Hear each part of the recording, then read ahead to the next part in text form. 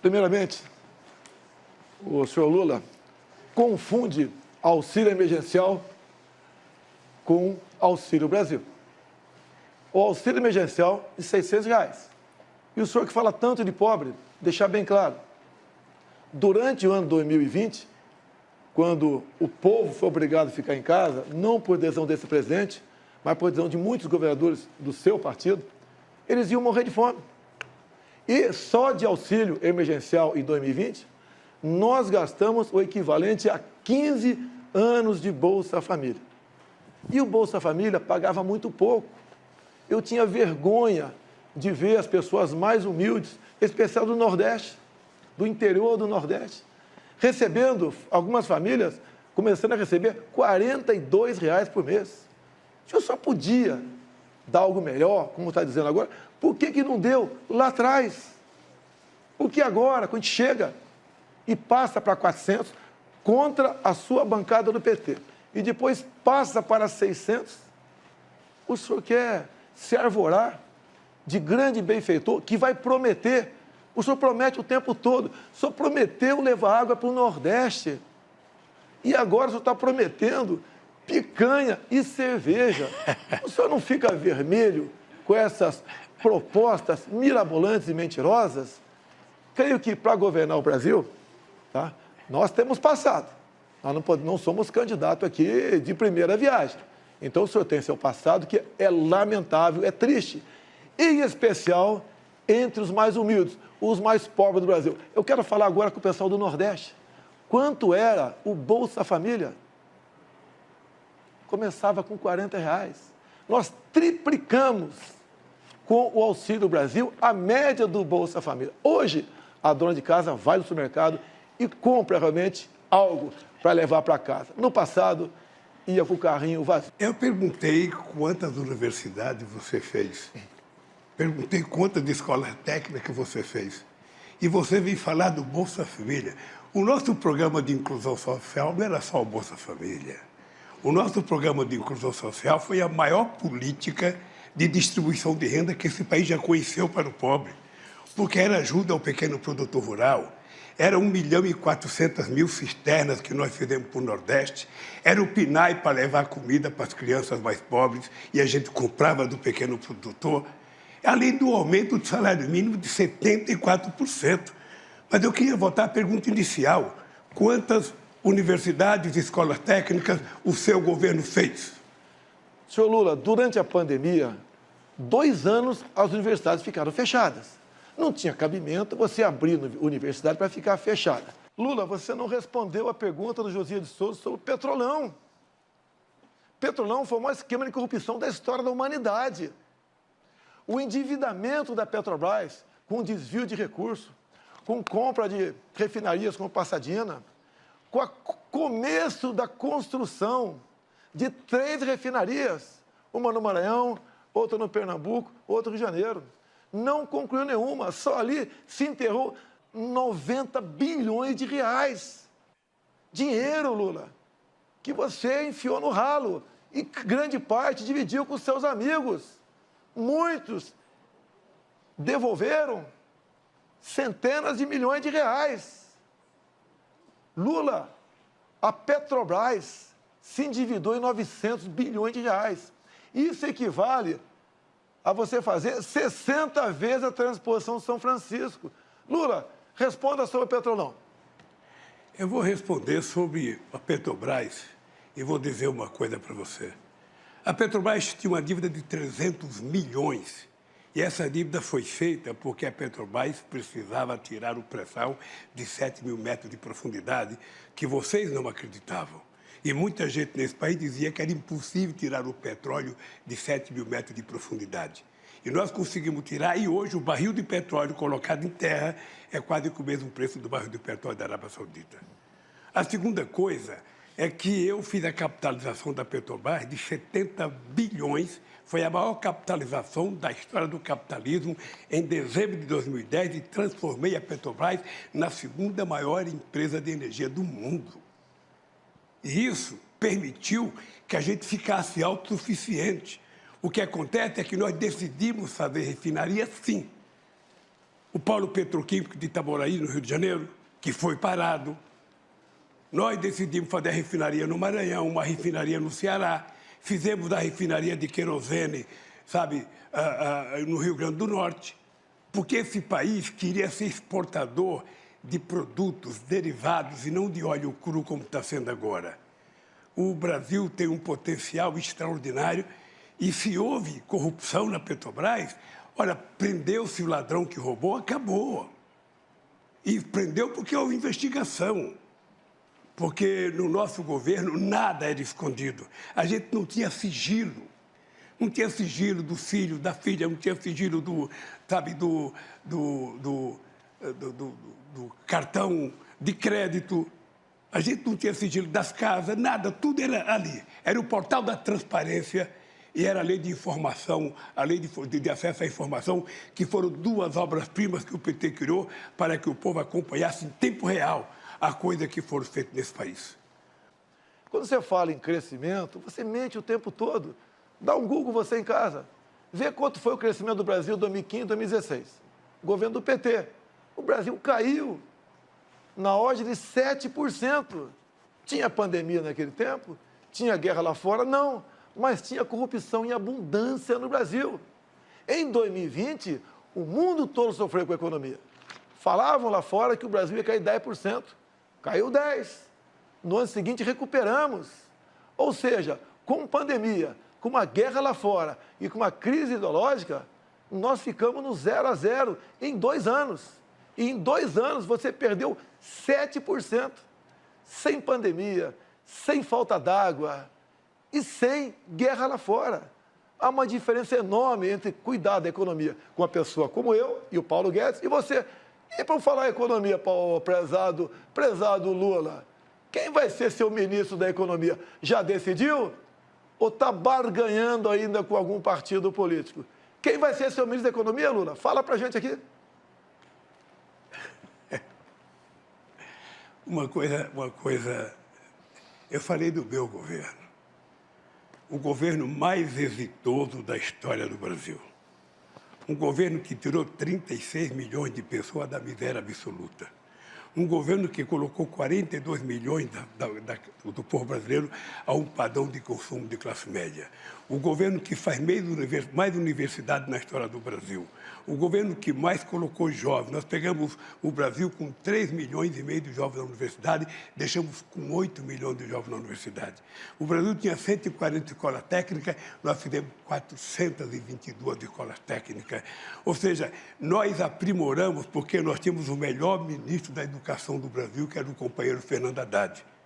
O melhor ministro da Educação, que fez do Fundeb. O orçamento da educação subiu 160% no nosso governo. A gente criou o piso salarial dos professores, porque esse país estava dando um salto de qualidade. O Brasil era a 12ª economia do mundo, chegou à 6ª economia do mundo. Eu não sei se o adversário meu se lembra, eu era o único presidente do Brasil, da história do Brasil, convidado para todas as reuniões do G8 e convidado para 2 reuniões do G20. E por que a gente era convidado? Porque tinha uma coisa que a gente cuidava que você não cuida, que era a questão do clima. Foi no nosso governo o menor desmatamento da Amazônia. Foi no nosso governo. E o seu é o maior todo ano. Vocês estão brincando de desmatar. Vocês estão brincando de abrir cerca, vocês estão brincando de derrubar árvore, vocês vão ver o que vai acontecer com o comércio brasileiro. Porque o brasileiro do agronegócio, que é sério, aquele que quer ganhar dinheiro, aquele que quer exportar, sabe que não pode invadir a Amazônia. Então, nós vamos ganhar as eleições para poder cuidar da Amazônia e não permitir que haja invasão em terra indígena, em garimpo ilegal e muito menos alguém querer plantar milho, soja ou algum outro produto no lugar que nos pode plantar. Nós temos 30 milhões de alqueires de terra degradada que pode ser recuperada para plantar o que quiser no país.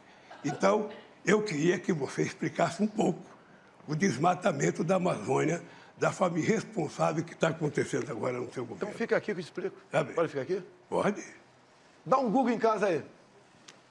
Desmatamento, 2003 a 2006. 4 anos do governo Lula. Depois dá um Google, desmatamento, Jair Bolsonaro. 2019 é 22. No seu governo, foi desmatado mais do dobro do que no meu. Dá o Google em casa. Deixa ele falar Dá uma o Google, coisa. não, deixa eu terminar, Lula. Dá o Google em casa. Você desmatou 2,5 vezes mais do que no meu governo, Lula. Você fala em economia, eu peguei o Brasil endividado, quebrado contigo, roubalheira. Agora, esse ano, o Brasil passou da 13ª para a 10ª economia do mundo. E mais ainda, quando você fala em educação, quem foi que deu o maior reajuste aos professores do Brasil? Você está olhando para ele, Jair Bolsonaro, 33%. Isso é tratar com dignidade dos professores. Acabou? Acabou? Vamos lá. Eu vou lhe falar uma coisa. Pode dar um Google, pode dar o que você quiser, você vai perceber que quando eu ganhei as eleições, tinha um desmatamento de 27 mil quilômetros. Caiu para 4 mil quilômetros. O Brasil participou da COP15 em Copenhague, participou do Encontro de Paris, em que o Brasil era elogiado porque o Brasil era o país que menos desmatava e que mais cuidava da questão ambiental. Não existiu nenhum governo que fizesse o que a gente fez na questão ambiental. E agora nós vamos fazer mais, porque nós vamos fazer com que, sabe, a agricultura de baixo carbono possa fazer com que o Brasil receba, sabe, quem sabe, muito dinheiro da União Europeia e de outros países por conta do sequestro de gás de efeito estufa que nós vamos fazer preservando a Amazônia, coisa que você não sabe. Nós vamos tentar fazer da biodiversidade da Amazônia uma forma de enriquecimento daquele povo da Amazônia, de quase 30 milhões de pessoas que moram lá, e não desmatar e não desmontar como vocês estão fazendo. Destruição.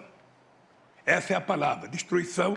Invasão de terra indígena, garimpo ilegal, coisa que nós vamos proibir. O nosso governo não vai ter. Aliás, eu vou te dar uma novidade. Eu vou criar o Ministério dos Povos Originários. Esse país vai ter o Ministério dos Povos Originários. Os indígenas vão indicar o ministro nesse país. Quanto mais ministério, melhor, né?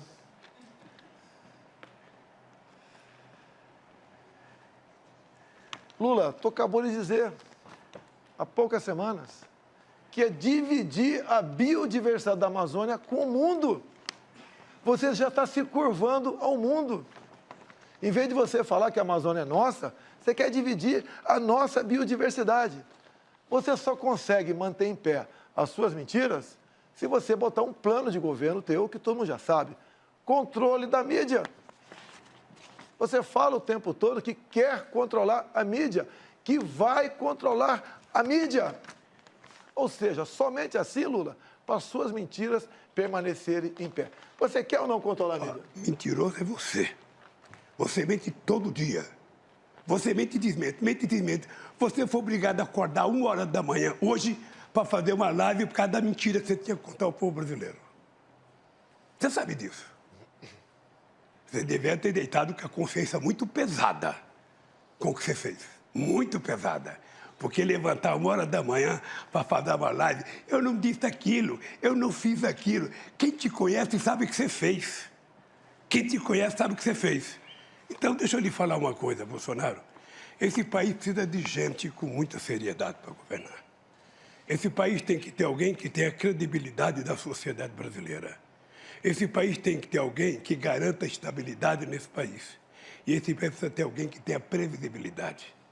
Esse país não pode ter um governo que parece um biruta, que todo dia fala uma coisa, todo dia diz uma coisa, todo dia desdiz a coisa que diz. Esse país precisa de gente séria. E é por isso que nós vamos trazer o que você não conseguiu trazer. Nenhum país te convida para ir lá e ninguém quer vir aqui, pois eu vou voltar a abrir esse país para o mundo.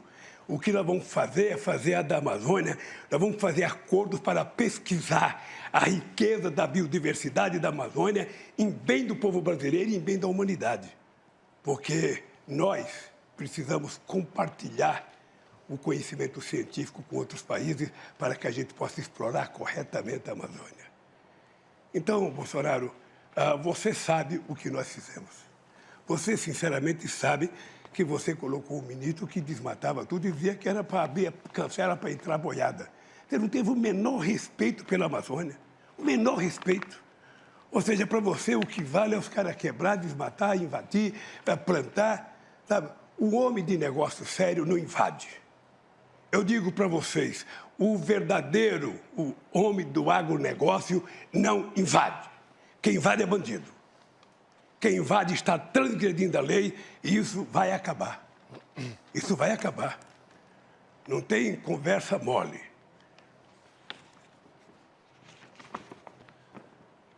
Em 14 anos, Quem é você? Você não fez nada.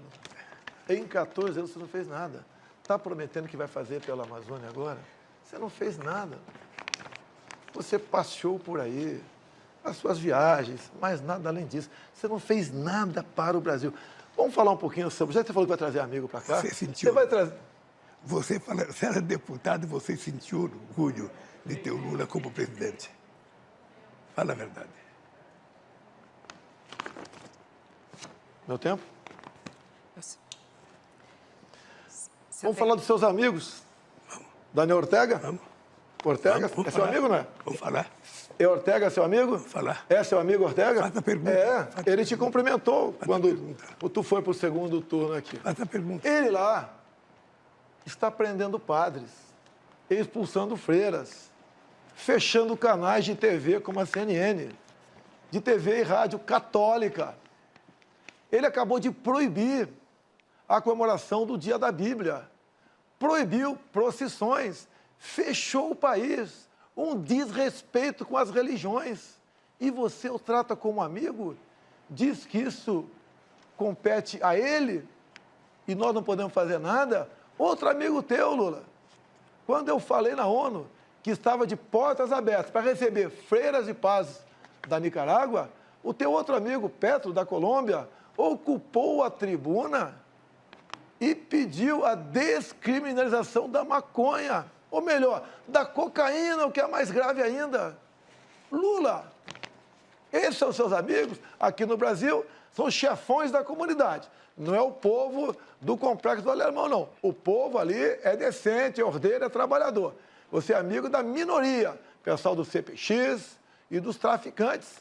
E você agora é amigo também de Ortega e Petro, que pede a descriminalização da cocaína e que prende padres e freiras. É isso mesmo, Lula? Fala sobre o teu amigo aqui.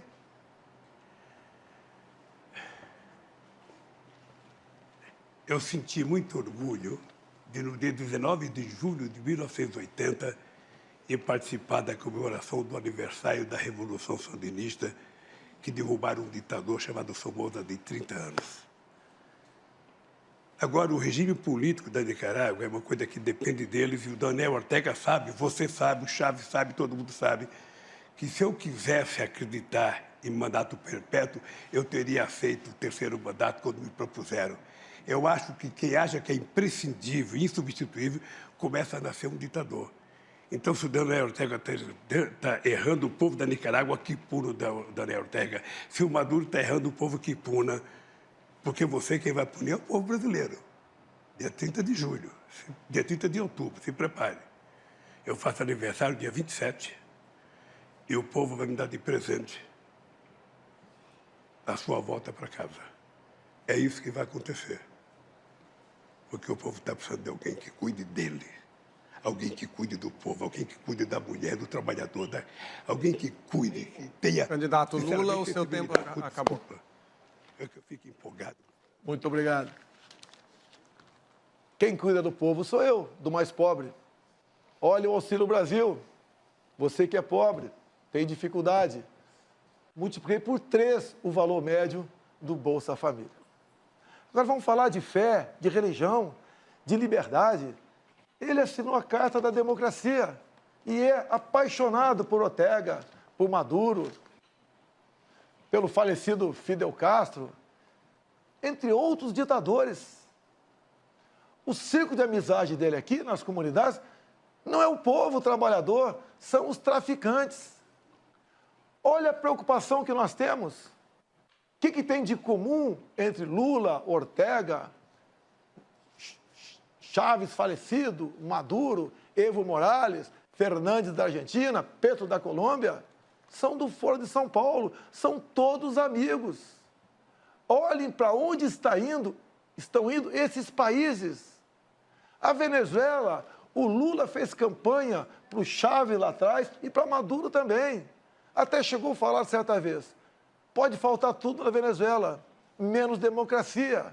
Olhe como é que está o povo da Venezuela, o país mais rico do mundo em petróleo, cujo povo vive numa pobreza abaixo dos nossos irmãos do Haiti. Olha para onde está indo a nossa Argentina. Deixo claro, Fernandes, ainda candidato, foi visitar o Lula na cadeia em Curitiba. Se elegeu presidente. Olha como é que está a economia da Argentina. 40% do povo da Argentina está na linha da pobreza. Já reviram lixões para sobreviver. É isso que nós queremos para o Brasil? Botar umas pessoas como essa, sem qualquer qualificação intelectual ou moral, para administrar nosso país? Ele quer voltar à cena do crime, o seu Geraldo Alckmin. O povo não vai deixar isso acontecer. Esse nosso povo respira liberdade. Lula, durante a pandemia, fecharam igrejas. Muitos governadores do teu partido, você não falou nada. Igreja não se fecha nem em tempo de guerra. E você permitiu que seus governadores fechassem igreja, Lula. Que respeito você tem para com as religiões? Nenhum. Lula, vá lá para Roraima, ver o povo venezuelano fugindo para cá. Homens e mulheres chegando, pesando 15 quilos abaixo. Não chega nem um cão ou gato com essas 600 pessoas todo dia. Sabe por quê, Lula? E os seus animais foram comidos na Venezuela. Pobreza e miséria. O único que vive muito bem lá, um dos raros, é o próprio Maduro. Mais ninguém. Vejam vocês, relatos de venezuelanos, por que chegaram a esse ponto? Acreditaram nas mentiras, nas propostas mirabolantes. Vou te dar carne e cerveja. Se você estava tão preocupado com o pobre assim, como disse que está, Lula, por que o Bolsa Família começava com R$ 42 por mês para uma família? Média R$ 190. Se o Brasil está tão bem na economia, como você disse que estava, por que tu não pagou? Um Bolsa Família melhor, digno do povo brasileiro. Eu tripliquei esse valor, achando recurso no orçamento, mesmo sendo o primeiro presidente que pegou o teto de gastos, negociando com o parlamento, contra o PT. Se dependesse do PT, você aí de casa, você que hoje recebe o Auxílio Brasil de R$ 600, estaria ganhando Bolsa Família de R$ 40 a R$ 190. Uma vergonha. Uma pessoa que se gaba da sua economia, pagar isso para você, meu irmão, pobre. Sabemos a sua dificuldade, sabemos o seu sofrimento. Sei que você levanta de madrugada para ir trabalhar. E repito aqui, por que só poucas cidades brasileiras, capitais, têm metrô? E na Venezuela tem com dinheiro nosso. Por que nas outras capitais não tem? Esse cara manda dinheiro para fora, porque parte volta para o bolso deles, da turma dele. Lá fora, Cuba, Venezuela, não tem TCU, não tem CGU, não tem fiscalização de nada. Vivíamos, como disse Gilmar Mendes há pouco tempo atrás, numa cleptocracia. Um país governado por ladrões. Quem disse foi o Gilmar Mendes. E também Barroso disse semelhante. Roubaram tudo o que quiseram. Diz Barroso. Tem prova, contraprova, dinheiro, conta bancária. Lula, você devia ficar em casa, Lula. Ficar em casa, curtindo a vida e não querendo voltar à cena do crime. Lula, tu é uma vergonha nacional.